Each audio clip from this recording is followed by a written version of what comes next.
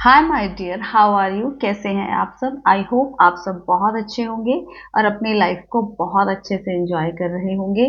स्वागत है आप सबका आपके अपने ही चैनल माइंड मैटर्स 2025 में। आइए सबसे पहले हम ग्रेटिट्यूड ऑफर करें इस पूरी एग्जिस्टेंस का, यूनिवर्स का, जिसको हम अल्लाह, परमात्मा, वाहिगुरु, ईश्वर कुछ भी कह लें। तो पूरी कायनात का हम शुक्रिया अदा करते हैं कि वो कुछ ऐसे टॉपिक्स पर बात करवाती है जो कि हमारी ह्यूमैनिटी की चेतना को ऊपर लेके जाने के लिए सहायक है। तो क्वेश्चन आंसर्स हम लोग ले रहे हैं आजकल। तो नेक्स्ट क्वेश्चन है आशीष जी का। उन्होंने पूछा है कि क्या नाम जप से ओजस बनता है? बहुत प्यारा क्वेश्चन किया है, स्वागत है आपका आशीष जी।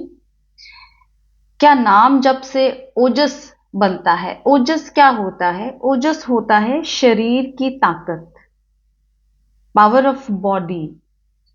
तो बड़ा प्यारा क्वेश्चन है उनका कि अगर हम नाम जप करते हैं तो क्या उससे हमारी बॉडी की पावर बढ़ती है? क्या शरीर की ताकत बढ़ती है? बिल्कुल माय डियर।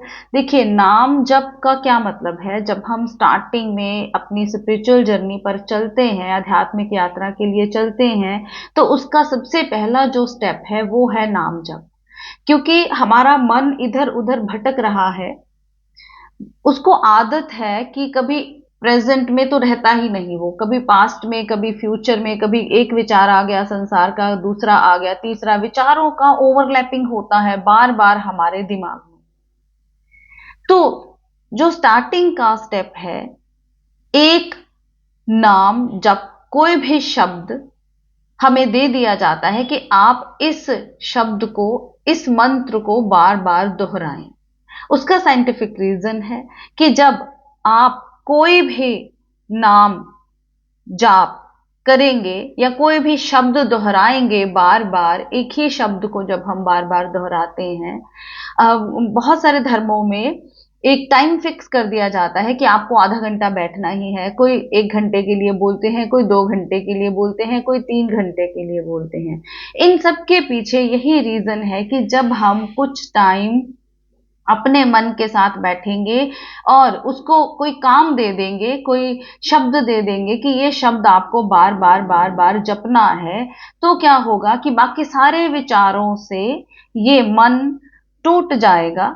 जो भी दुनिया के विचार, दुनिया भर के विचार हमारे दिमाग में आ रहे हैं, वो छूट जाएंगे और एक ही नाम के ऊपर हमारा फोकस हो जाएगा। तो माइंड फोकस करना शुरू कर देगा। आलतू फालतू के विचारों में जो हमारी एनर्जी जा रही थी, वो सारी इकट्ठी होकर एक नाम शब्द के ऊपर इकट्ठी हो जाएगी। और उससे क्या होगा कि ऊर्जा बचने लगेगी, जिस ऊर्जा से हम बने हैं।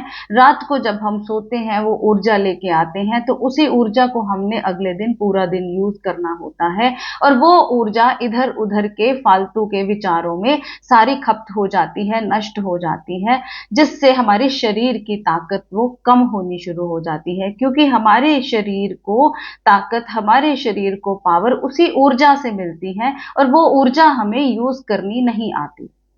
तो जब हम नाम जप करते हैं, एक ही शब्द को बार बार दोहराते हैं, एक ही मंत्र को बार बार दोहराते हैं, तो इधर उधर बिखरने वाली ऊर्जा एक जगह इकट्ठी होनी शुरू हो जाती है और फोकस होना शुरू हो जाता है।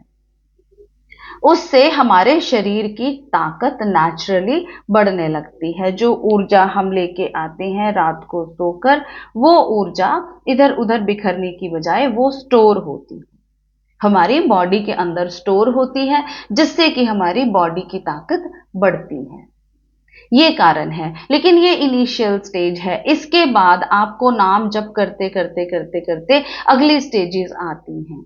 तो आपको सारी उम्र एक ही स्टेज पर नहीं रहना है। मेहनत कीजिए, लॉजिकली सोचिए। कुछ भी आपको बोला गया है ये करने के लिए, उसको लॉजिकली सोचिए कि ये क्यों करना है।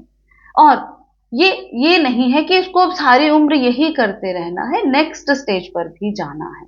मेहनत जारी रखें और आपको स्पिरिचुअलिटी में इट इज डेड श्योर आपको फल मिलना ही मिलना है।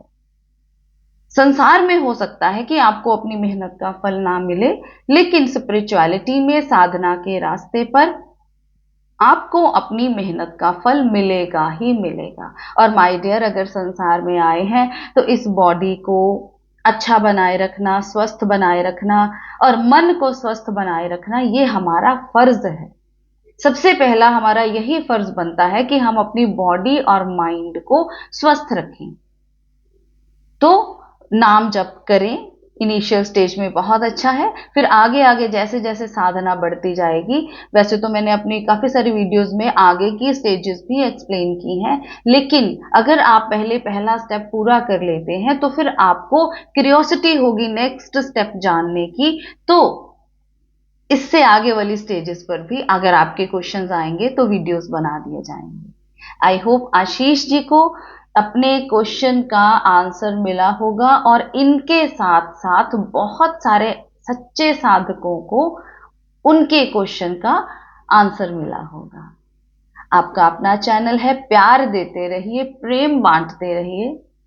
लाइक कीजिए, चैनल को सब्सक्राइब कीजिए, शेयर कीजिए, ताकि जहां जहां तक एग्जिस्टेंस पहुंचना चाहती है वहां वो पहुंच पाए। तो ये सेवा तो हमें करनी ही चाहिए।